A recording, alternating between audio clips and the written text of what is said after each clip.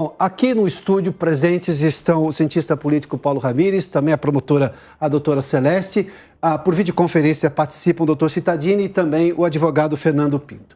Eu vou começar com a senhora, doutora Celeste. Quando a gente ouve justamente essa questão do princípio, da defesa do princípio da legalidade, eu tenho também nesta carta da Universidade de São Paulo, ou não tenho nenhuma citação, por exemplo, aos extremos que muitos juristas, inclusive da Universidade de São Paulo, criticaram naquele inquérito do fim do mundo, que é uma alcunha feita pelo ministro Marco Aurélio Mello, ex-ministro do Supremo, até outro dia o decano do Supremo.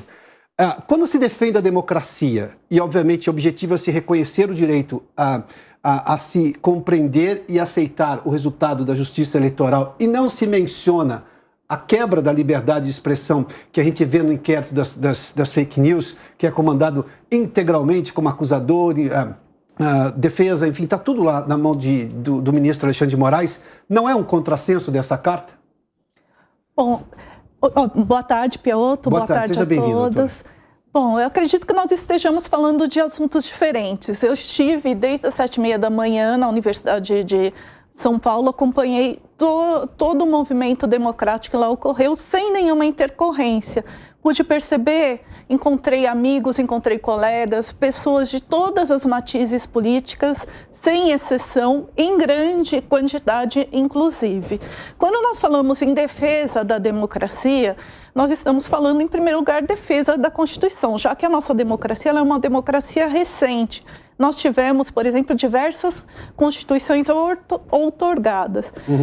Essa carta ela faz referência a um período histórico que foi a primeira carta lida em 1977, em oposição a um período de ditadura, ou seja, um período de ausência de democracia no Brasil, sem fazer nenhum juízo de valor sobre o assunto. A ideia foi relançar e ter essa questão, quando você fala em democracia, nós temos valores que são protegidos pela nossa Constituição, dentre eles a liberdade de expressão, a igualdade, a justiça social, todos, e um sistema claro que foi estabelecido, que é um sistema de freios e contrapesos. Então, nós temos o poder executivo, judiciário, o legislativo, todos eles independentes e harmônicos entre si. Inclusive, essa questão foi muito levantada nas audiências públicas do Estatuto da Vítima, que está aguardando ser pautado pelo presidente Arthur Lira, pelos próprios deputados da base do presidente Bolsonaro, que quando fala assim, olha, sistema de freios e contrapeso, você não se pode, por exemplo, o legislativo legislar por decreto, assumindo a função o presidente legislar por decreto, assumindo a função do poder legislativo e vice-versa. E isso foi extremamente respeitado e foi produzido um relatório rico em que foi ouvida toda a sociedade. Então, nesse sentido, sim, quando nós falamos em democracia, nós temos esse sistema de freios e contrapesos. Então, o Poder Executivo ele pode controlar, sim, dentro de uma federação, alguns atos praticados pelo Judiciário, o Legislativo e vice-versa, porém, isso não se confunde com invasão de atribuições estabelecidas constitucionalmente. Doutor Fernando Pinto, seja bem-vindo também. O doutor Fernando Pinto é signatário da Carta em Defesa das Liberdades dos Advogados de Direito do país.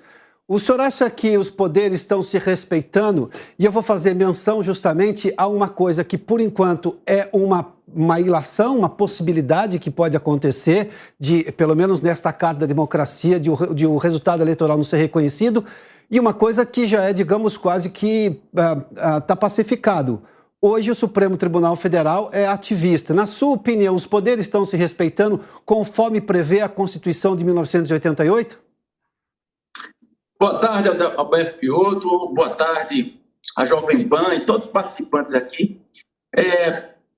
Óbvio que a gente tem um problema. O problema ele está entre a democracia e a liberdade. O problema está entre a não intervenção nos poderes, e aí a gente tem um judiciário que está absolutamente aparelhado num processo que atropela os ditames padrões que possam garantir a estabilidade democrática da República Federativa do Brasil.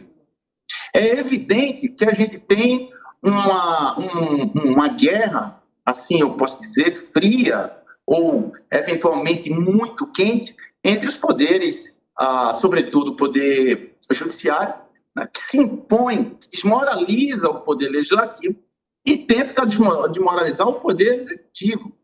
Eu, como advogado de um movimento nacional, e hoje estou desejando aí feliz dia de advogado, uma boa oportunidade para a gente prestigiar todos os advogados que estão aqui, que foram os fundadores desse movimento Advogados de Direita Brasil, mas na verdade são advogados que lutam pela liberdade, sem respeito aos padrões básicos do devido processo legal, sem respeito às instituições democráticas.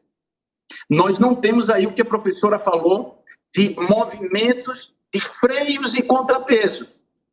O movimento de freios e contrapesos existe exatamente quando a gente tem uma harmonia entre poderes. Nós temos um poder legislativo que hoje executa quase 1/4 do orçamento. Nós temos um judiciário que impõe, tanto ao legislativo quanto ao executivo, várias sanções que afetam, sobretudo, a esfera desses poderes de realizar a sua função. E nós temos um presidente da República que representa valores. De um lado, nós temos um espectro político, como líder maior, Luiz Inácio Lula da Silva, o líder de um movimento, de um espectro ideal da esquerda, que vem no poder há muitos e muitos anos. Por óbvio que são os componentes, que é a forma de pensar que vai tomar conta da administração das instituições, universidades, USP e por aí vai. E aí você começa a ter pessoas que arrogam para si a democracia, o jugo de dizer o que está certo e o que está errado na democracia. Eu comecei falando que o nosso problema é democracia. É verdade, democracia, e não existe democracia sem liberdade. Mas tudo isso diante de uma discussão boba. Por que será que os ativistas jurídicos, a gente está falando aqui, essa temática, o ativismo judicial, os ativistas, eles não aceitam que seja inserido um mero elemento no escrutínio, porque o presidente Bolsonaro, em nenhum momento, ele quis ser rei, em nenhum momento ele quis aqui afetar o direito do voto, do sufrágio universal. Isso está garantido. Nós temos uma instabilidade gerada por um recibo que a urna eletrônica poderá imprimir como um backup. O senhor está falando da impressão do voto, é isso, doutor? Não fosse o viés ideológico. Tá. Doutor, eu já volto ao senhor, porque a gente tem trechos das duas cartas também. Doutor Cittadini, seja bem-vindo também, ele está por videoconferência. Boa tarde ao senhor. Nós estamos com a democracia polarizada porque um lado defende a democracia, o Estado Democrático de Direito, o outro defende a liberdade, as liberdades. E são princípios basilares de qualquer democracia. Na sua opinião, nós temos uma democracia polarizada?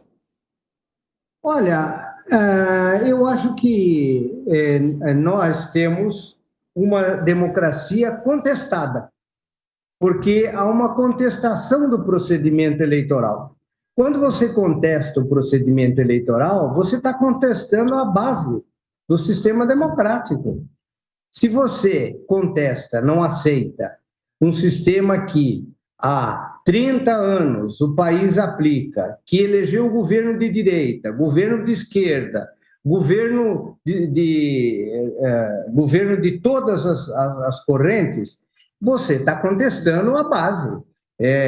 Nesse sentido, a contestação da urna não é uma... Eu comecei a advogar como advogado eleitoral, então eu entendo um pouco dessa questão aí eleitoral. Onde você tinha muito problema em eleição no Brasil era em voto à mão, voto à caneta. Esse você tinha. Depois de lá para cá, você não vê um caso provado, prova provada, de que houve um erro ou uma manipulação. Essa história, eu fui votar, votei 12 e não apareceu o voto. Isso aí é uma coisa lendária. Eu quero que alguém me diga qual é o erro que a urna eletrônica teve. Não tem.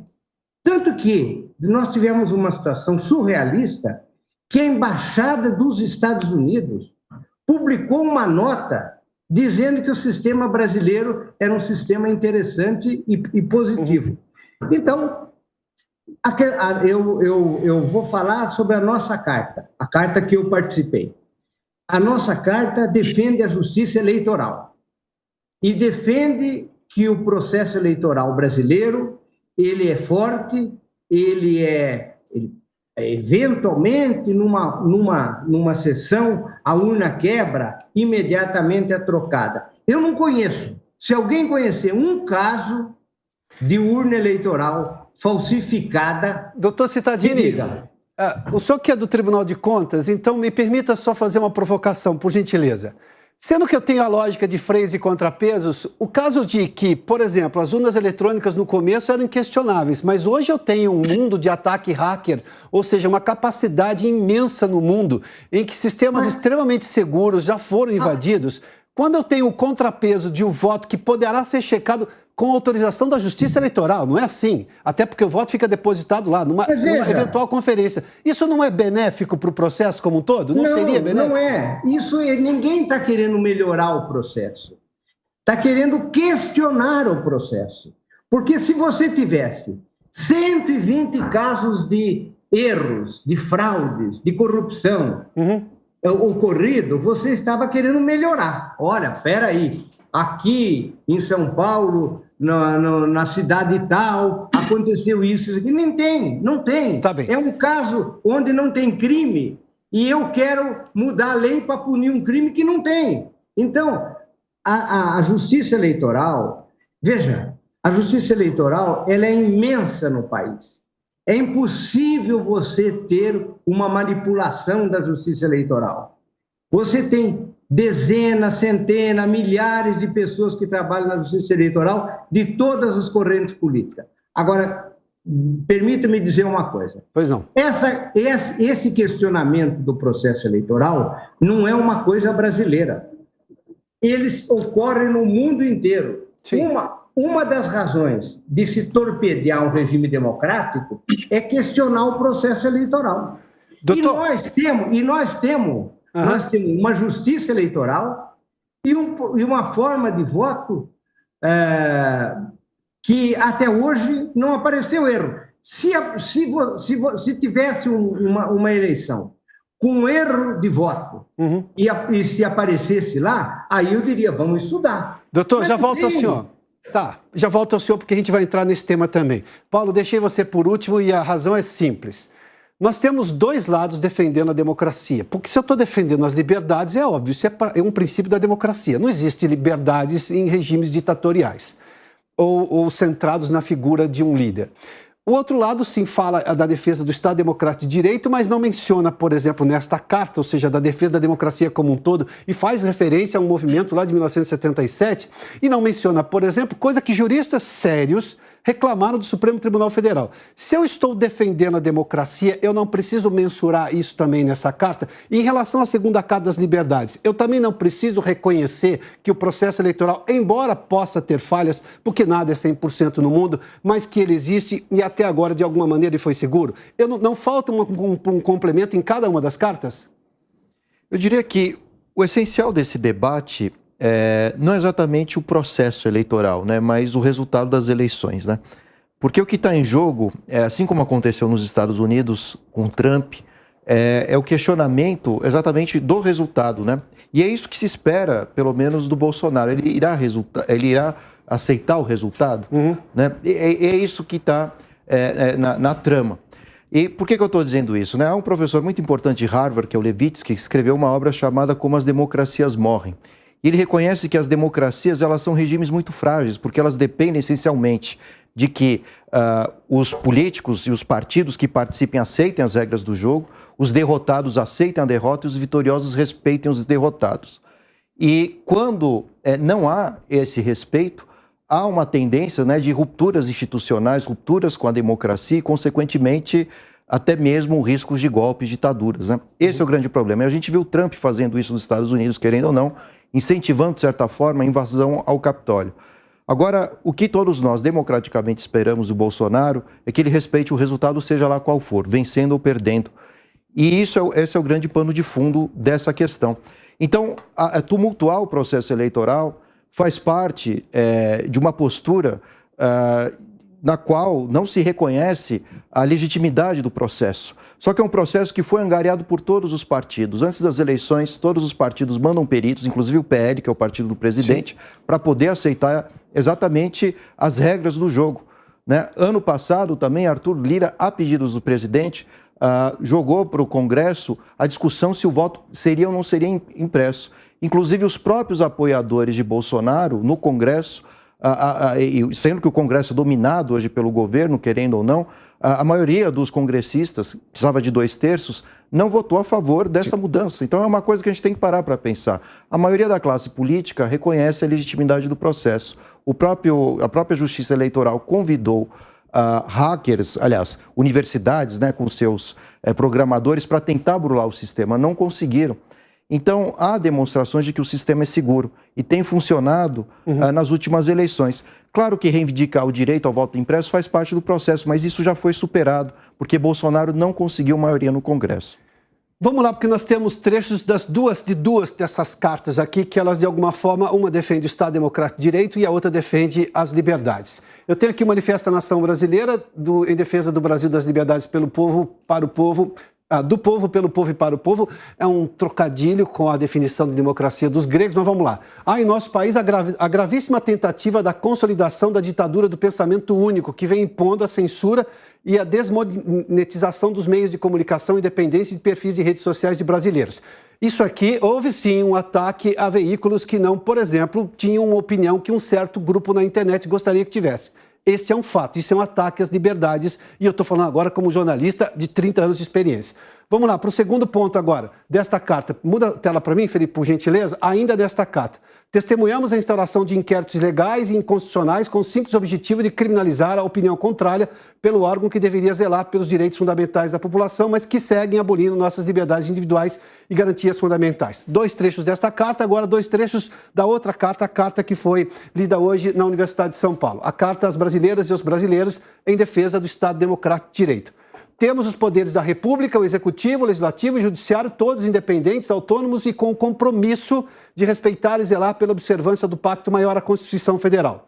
Vamos lá, o segundo trecho desta carta, que eu selecionei aqui. No Brasil atual não há mais espaço para retrocessos autoritários, ditadura e tortura pertencem ao passado. A solução dos imensos desafios da sociedade brasileira passa necessariamente pelo respeito ao resultado das eleições. Bom, nós temos aí 2 trechos. Doutor, eu vou começar com a senhora de novo, porque, pegando o que o Paulo fez menção, de quem perder reconhecer o resultado, de quem ganhar respeitar o perdedor, nós tivemos nesta eleição, e isso é um fato importante, o presidente Bolsonaro não teve por parte da imprensa, da maior parte da imprensa, o que a imprensa sempre concede. Em torno de 100 dias que a imprensa não critica, porque é o tempo de um presidente ali que chegou no cargo conseguir entender as coisas. Isso sempre houve no país, não houve nesse momento. Aliás, a gente não desceu do palanque. Talvez nem o presidente, mas também nem os acusadores. A partir desse pressuposto, a gente não criou fissuras que agora estão sendo reveladas, seja por uma crítica mais ferrenha em relação às urnas, ou seja por exemplo, defender liberdades que um grupo diz que não estão sendo respeitadas, como, por exemplo, perseguir jornais. Perseguir jornais era tempo da ditadura. Não houve, por parte da Universidade de São Paulo, uma carta em defesa dos veículos de comunicação que estavam sendo atacados, por mais que pensassem de forma divergente. Isso é do processo democrático. Pois não, doutor. Bom, Piotr, eu acho que a simples existência de 2 cartas é um exemplo de que nós estamos vivenciando uma democracia plena, que de fato estamos em um regime democrático, porque nós tivemos hoje uma carta com cerca de 1 milhão de assinaturas. Não se quer dizer que essa carta seja completa e que queira dizer verdades absolutas. Passamos trechos de uma outra carta com outra forma de liberdade de expressão. Eu queria trazer para os espectadores que há 2 anos atrás não se tinha esse questionamento. A gente não precisa voltar muito no tempo para dizer se é confiável ou não o resultado da Justiça Eleitoral. O que eu posso dizer é que eu fui promotora eleitoral há 2 anos atrás e conferi in loco que não há nenhuma chance de irregularidade ou de hackers. Primeiro que as urnas, elas são enviadas, o sistema é todo independente. Tem um backup, sim, esse backup não é impresso, mas existe um token de cada urna. Todos os partidos políticos mandam representantes e o resultado de cada urna, de quantos votos teve em cada urna, isso é feito manualmente, nós colamos um por um, tudo isso para permitir o quê? Num caso de uma futura vistoria, de uma auditoria, para que esse resultado seja exaustivamente conferido. Isso mostra o quê? Que nunca houve por parte da Justiça Eleitoral qualquer irregularidade. O que nós temos é que respeitar o Poder Judiciário, o Tribunal Superior Eleitoral, de um sistema que é elogiado em todo o mundo, que gostaria de ser copiado, buscando um retrocesso sem sentido. Porque existe esse backup de todos os votos, sim, em um token em cada urna que é feita. Doutor Fernando, eu tenho mais 1 minuto e um pouquinho para cada um dos senhores, por gentileza, doutor Fernando, também o Paulo e o doutor Cittadini. Doutor Fernando, há fissuras durante todo esse mandato do presidente Jair Bolsonaro em relação às liberdades que não coadunam, na opinião dos senhores, ao defenderem a liberdade como prerrogativa inicial de qualquer democracia nesta carta? É esta a razão ou a razão é só o processo eleitoral, na sua opinião? Não, Adalberto. Existe uma fissura, na verdade, estamos perto de uma ruptura em virtude de uma intolerância que não quer mostrar que existem vulnerabilidades no processo. Obviamente que essa urna eletrônica, ela está sendo utilizada em apenas 2 países do mundo, pouquíssimos. Existem, sim, outros países que têm a urna eletrônica. O que a sociedade quer é inserir um recibo. Qual é o custo para a democracia, para o futuro, para a república, se inserir um recibo? Qual é o medo? O importante é acabar com essa marca que nós temos de que existe uma pecha no processo escrutínio do sistema eleitoral. O presidente Bolsonaro é absolutamente respeitador do voto, do sufrágio, dos nossos direitos. O elemento da liberdade, ele precede, por óbvio, o voto, precede, inclusive, o escrutínio, o recibo. Ninguém quer voto impresso, aquela coisa ultrapassada. Nós queremos eletrônico, mas eu saí com o meu recibo. O cidadão precisa disso. Então, nós temos que acabar com essa demagogia de que a urna brasileira é a mais segura do mundo. Isso é demagogia. Vamos focar na solução. O advogado, hoje aquele advogado, tem mania de chegar com um problema e entregar 2. Como eu sou tributarista, eu recebo um problema e entrego a solução. Doutor. Vamos acabar com esse problema. O Superior Tribunal do Eleitoral, ele pode instituir aí um voto, um recibo. Ninguém vai mudar um processo eleitoral. Doutor. O custo maior está na nossa democracia. Tá. Doutor, obrigado. Deixa eu só ouvir rapidamente aqui o doutor Cittadini e também o Paulo Ramírez. Rapidamente, senhores, 1 minuto por uma questão de tempo. O debate esquentou, isso é muito bom. Doutor Cittadini, rapidamente, 1 minuto. O senhor acha que há fissuras pelo processo todo e que, obviamente, há essa discussão agora em torno da democracia neste momento eleitoral? Eu acho que aqui o Brasil segue um roteiro que tem no mundo inteiro. Há grupos que contestam a eleição, dizendo que a eleição está comprometida. E, a partir daí, desenvolve toda uma política sua. E é isso que nós estamos vivendo aqui. Eu volto a dizer o seguinte: eu não conheço um caso de irregularidade na votação eletrônica. Se algum dia me trouxerem um caso, não, mas eu gostaria de ter um recibo, eu gostaria...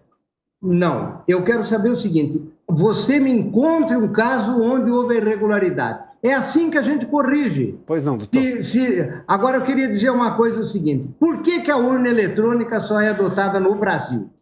Por quê? Porque só o Brasil tem alistamento eleitoral obrigatório. Então, o Brasil pode ter urna eletrônica. Os Estados Unidos, há estados que você não precisa nem ser inscrito. Você chega lá e diz assim, olha, eu moro aqui nessa cidade e vou votar. E vota.